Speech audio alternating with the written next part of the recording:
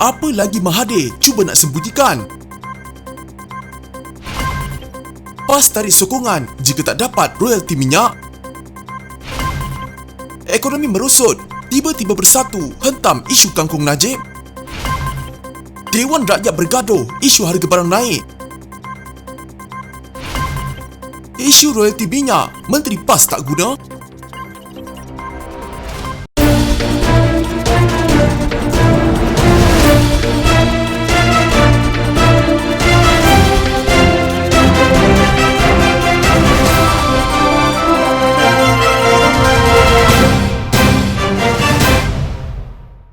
Najib Razak kecewa dengan penjelasan bekas Perdana Menteri Dr. Mahathir Mohamad yang mengakui dia memajak dan membeli tanah di Langkawi seperti yang dibangkitkannya sebelum ini. Kenapa Mahathir hanya jawab saya berhubung tanah Langkawi, sedangkan saya juga bangkitkan isu penerimaan konsesi dan tanah balak seluas 1,000 ekar iaitu 2,471 ekar oleh anaknya Mukris pada ketika dia adalah Perdana Menteri. Sebenarnya Mahathir tak perlu jawab perkara ini sebab anaknya sendiri sudah pun mengaku. Anaknya kata itu cerita lama, kata Najib melalui satu hantaran di Facebook. Bekas Perdana Menteri itu berkata sebelum ini Mukris menjelaskan bahawa dia cuma membantu kawan dan dia tidak menerima manfaat besar. Sebab cuma 2,471 ekar tanah balak saja. Baik hati betul Mukris, bantu kawan je tanpa manfaat besar. Bila dia juga nak bantu saya atau netizen untuk turut menerima tanah balak seluas 2,471 ekar? Soalnya, Najib mengulas kenyataan Mahathir yang mengaku menerima pajakan tanah tepi pantai Langkawi, Kedah. Menurut Najib, tanah itu seluas 34 ekar selama 60 tahun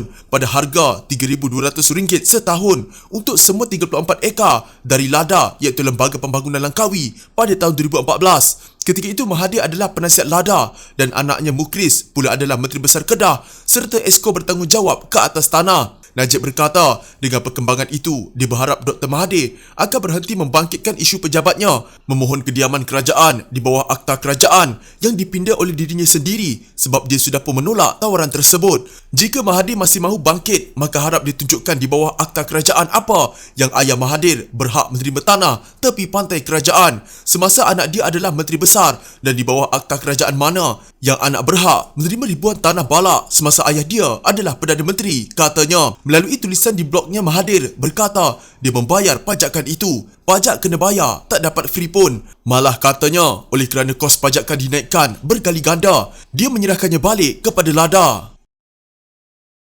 Presiden Putra Ibrahim Ali mencadangkan PAS menarik sokongan terhadap kepimpinan Perdana Menteri Ismail Sabri Yaakob sekiranya gagal membuat pembayaran royalti minyak terhadap Kerajaan Kelantan. Jika PAS tarik sokongan, kerajaan tumbang dan pilihan raya umum ke-15 boleh diadakan dengan segera. Ini juga yang dihajati oleh Barisan Nasional selepas menang pilihan raya negeri Melaka sebab kepimpinan Barisan Nasional dalam keadaan hilang masa mengenai survival dan ada yang tidak sabar untuk jadi ahli parlimen serta jadi menteri, katanya dalam kenyataan. Pada 27 November, Menteri Besar Kelantan Ahmad Yaakob menuntut Putrajaya menjelaskan status sebenar pembayaran royalti dan wang ihsan yang disalurkan ke negeri itu selepas jawapan diberikan Menteri Keuangan Tengku Zafrul Abdul Aziz di Parlimen. Ahmad berkata negeri itu memandang serius jawapan diberikan Menteri terbabit kerana tidak selari dengan kenyataan dibuat Kerajaan Persekutuan sebelum ini. Ibrahim berkata kerajaan keluarga Malaysia yang dipimpin Ismail Sabri mempunyai 114 ahli parlimen dengan hanya 3 majoriti undi. PAS ada 18 ahli parlimen.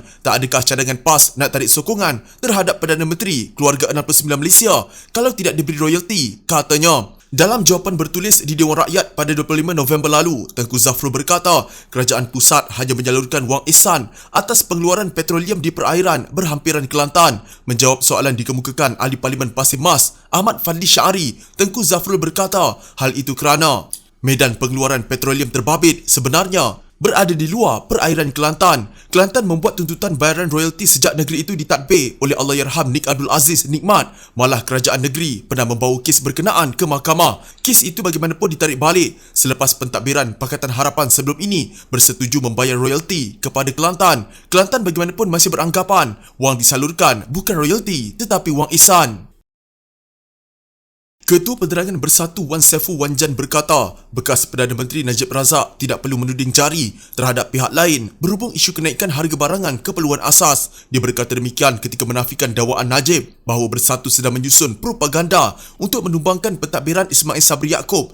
Dengan menghangatkan isu kenaikan harga barangan asas, Najib kata bersatu susun propaganda untuk jatuhkan PM. Saya nafikan ini fitnah. Tapi tidak pelik fitnah itu datang dari Najib. Itulah kata-kata orang berpengalaman bersama rakan-rakannya yang pernah jatuhkan Perdana Menteri. Dia ingat semua orang perangai macam dia. Soalnya, menurut Wan Saiful, hakikatnya isu kenaikan barangan asas memang menjadi kebimbangan serius di lapisan masyarakat. Di Dewan Rakyat, Ahli Parlimen Pembangkang di Dewan Rakyat turut mencabar Menteri Perdagangan Dalam Negeri dan hal ehwal pengguna Alexander Nantalinggi supaya meletakkan jawatan jika dia gagal menyelesaikan kenaikan harga barang menjelang 9 Disember. Ini susulan kenyataan Alexander yang pada 25 November bahawa isu itu akan diselesaikan dalam beberapa minggu. Wan Saiful juga secara sinis menyorot kenyataan Najib ketika pentadbiran sebelum ini yang pernah membangkitkan penurunan harga kangkung ketika rakyat mengeluh kenaikan harga barangan asas. Cerita bab barang naik ni, mesti rakyat teringat kisah Najib dan kangkung. Najib tak perlulah melatah, menuding jari, menyalahkan orang lain.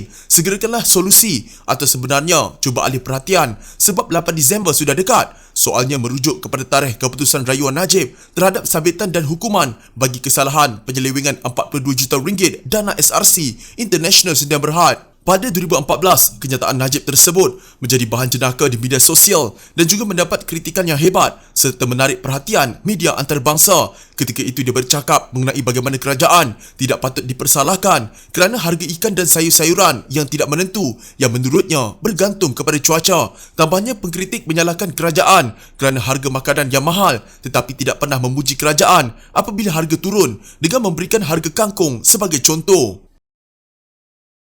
Sidang Dewan Rakyat kecoh apabila Pakatan Harapan menduduh kerajaan bersikap sambil lewa menangani kenaikan mendadak harga barangan. Ketua Pembangkang Anwar Ibrahim tidak berpuas hati dengan penjelasan Menteri Perdagangan Dalam Negeri dan Hal Ehwal Pengguna KPDN HEP Alexander Nantalinggi berhubung isu itu. Saya hargai Menteri jawab ada pelan itu. Ini masalahnya sekarang mesti ada satu langkah tindakan segera. Speaker kena beri kelonggaran ini biar Menteri bagi penegasan, bukan perancangan sebulan lagi, 2 bulan lagi. Sekarang, hari ini, kita nak tahu apa langkah bukan sahaja kementerian ini tapi seluruh kerajaan untuk selesaikan masalah ini. Ini krisis nasional, katanya. Sebelum itu, Nanta menjawab soalan Ahli Parlimen Bagan Lim Guan Eng bersabit kenaikan harga barang.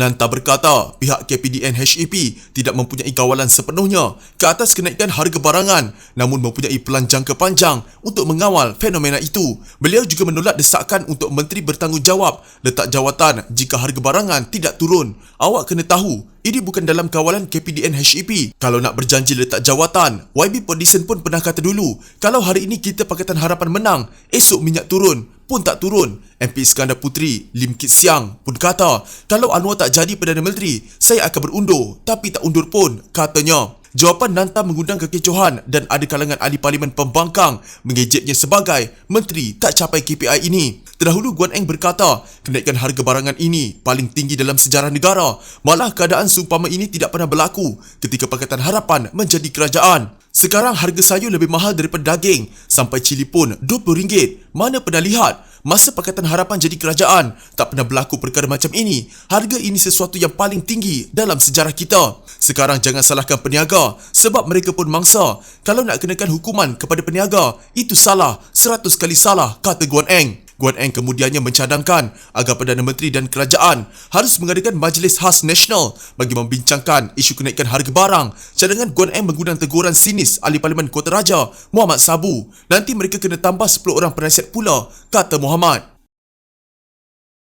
Bekas Menteri Undang-Undang Zaid Ibrahim menggesa rakyat Kelantan menolak pemberian wang ihsan berbanding 5% royalti minyak yang sepatutnya diperolehi dengan menyingkirkan Wakil Rakyat PAS, UMNO, Bersatu dan Pakatan Harapan pada pilihan raya umum ke-15. Katanya tiada gunanya mempunyai begitu ramai menteri dan timbalan menteri dari Kelantan jika mereka terus mendiamkan diri dan bersama-sama dengan individu yang menafikan hak golongan miskin di negeri pantai timur itu. Beritahu mereka sudah tiba masanya untuk mengetepikan perpaduan umah palsu jika mereka tidak boleh mendapatkan hasil minyak yang sah bagi negeri itu, katanya dalam kenyataan. Beliau membidas ahli politik semenanjung yang melampaui batas dalam mempertahankan tuntutan Sabah dan Sarawak berhubung autonomi serta royalti minyak. tetapi mengabaikan hak Kelantan dan Terengganu mendapat 5% royalti minyak ibarat kera disusukan, anak sendiri mati kelaparan. Justru beliau meminta rakyat Kelantan memilih pemimpin baru yang sedia berjuang, melakukan perubahan dan menolak wang ihsan kerana ia adalah milik kita.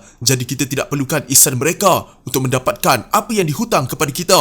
Orang Melayu dari negeri pesisir perlu menunjukkan kepada pemimpin ini bahawa mereka mempunyai kekuatan untuk memperjuangkan apa yang dihutang kepada mereka. Mereka perlu berhenti mengemis, dapatkan sebelum maruah mereka dan berjuang habis-habisan untuk kehidupan lebih baik. Beliau berkata demikian selepas Menteri Keuangan Tengku Zafrul Abdul Aziz dilaporkan berkata, Putrajaya tidak akan membayar royalti minyak kepada mana-mana negeri di Semenanjung, termasuk Kelantan. Sebaliknya, ia akan terus menerima wang ihsan untuk petroleum yang dihasilkan di luar pesisir pantainya. Zaid berkata bahawa perjanjian perkongsian pengeluaran Petronas 1975, Perdana Menteri ketika itu Abdul Razak Hussein mengarahkan Petronas memberi pembayaran tunai 5% kepada negeri pesisir berhampiran telaga minyak sebagai ganti untuk hak eksklusif. Ini sejajar tuntutan model sistem politik persekutuan dengan hak pemilikan aset negeri yang diberikan kepada persekutuan tidak boleh ditarik balik. Begitu juga pembayaran tunai yang dibuat sebagai pertukaran. Kanada mempunyai sumber perkongsian sama antara kerajaan persekutuan dan wilayah.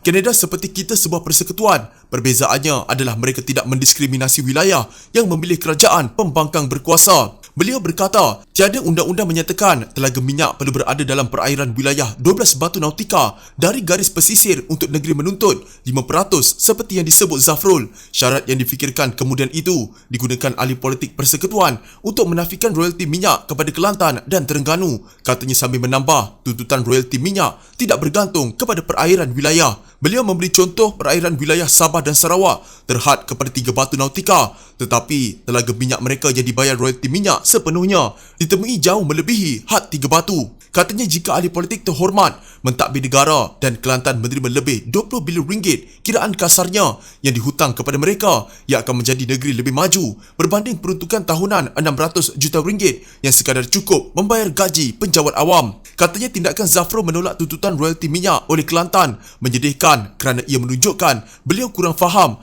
mengenai kewujudan bersama antara negeri dan kerajaan persekutuan serta tidak mempedulikan kesusahan dihadapi rakyat Kelantan.